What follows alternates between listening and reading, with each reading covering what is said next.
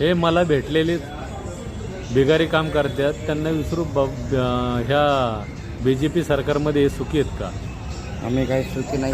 काय बोलणार दादा, काय काम करता तुम्ही? बिगारी काम करतो आम्ही. तुम्हाला मग मोदी सरकारमध्ये खुश आहेत का तुम्ही? खुशी नाही, त्यातलं आम्हाला उलट पैसे कमाई आहे. का तुम्ही किती म्हणजे तुम्हाला हजेरी किती पडते अशी? 800-700 रुपये आता हजेरी देतात. मग तुम्हाला परवडत नाही? काय परवडतं? खोलीचं भाडं आम्हाला 8,000 रुपये. खोलीचं भाडं 8,000 रुपये तुम्हाला? खोलीचं भाडं 8,000. आणि मग तुम्ही घरी भाजीपाला हे ते हो, सगळं? ते दुनियाचा महाग आहे. भाजी वगैरे न्यायला आम्हाला पण तुम्ही BJPला मतदान केलं होतं का?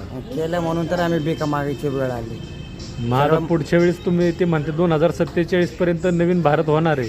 ते झालं तर त्याचं बघू, पण आता सध्या आमच्या बिका मागायची तर आम्हाला काय केलेलं आम्हाला पोटाला पुरत नाही पैसे, पण घरी पाठवायला पैसे नाही आहे. घरच्यांना उपाशी ठेवायला लागेल एक वेळ, असं परिस्थिती आहे. मग आता तुम्हाला म्हणजे खायचं पण तुमचं आता तडजोड नाही आता काय? कधी म्हणजे वडापाव खाऊन दिवस काढतोय आम्ही. वडापाव खाता तुम्ही? मग काही वेळेला काय करणार आहे, राईस प्लेट खायचं म्हटलं की 100 रुपये जातात आम्हाला. म्हणजे महागाई वाढली का कमी झाली? महागाई जास्त वाढली.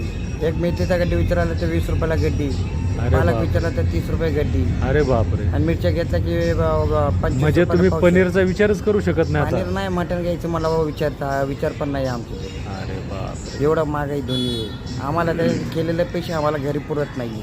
दिवसभर रगडून तरी दिवसभर आमच्या हातापाय ताकद नाही राहिल्या काम करून सुद्धा. अरे बाप. नशा करायचं म्हटलं तर पैसे उरत नाही. अवघड झालं तुमचं मग सगळं. करणार तर काय, मजबुरी आता, नाही तर उपाशी पडायला लागेल. मग घरात कोण देणार आहे आम्हाला? ते गाव सोडून या गावात काम करायला तर इथं एवढं महागाई म्हणलं तर काय करणार आहे? आणि पेट्रोल गाडीचं खर्च मग? सहा किंवा चालत जातो, नाही तर बसने जातो आम्ही. डोळ्याला गेलं की परत आम्हाला अर्धे हजेरी लावतात कामावर. भयंकर परिस्थिती. काय करणार आता, पर्याय नाही आम्हाला. बघा हे दादा भेटले तर हे सांगतात अशी परिस्थिती, आता काय करायचं?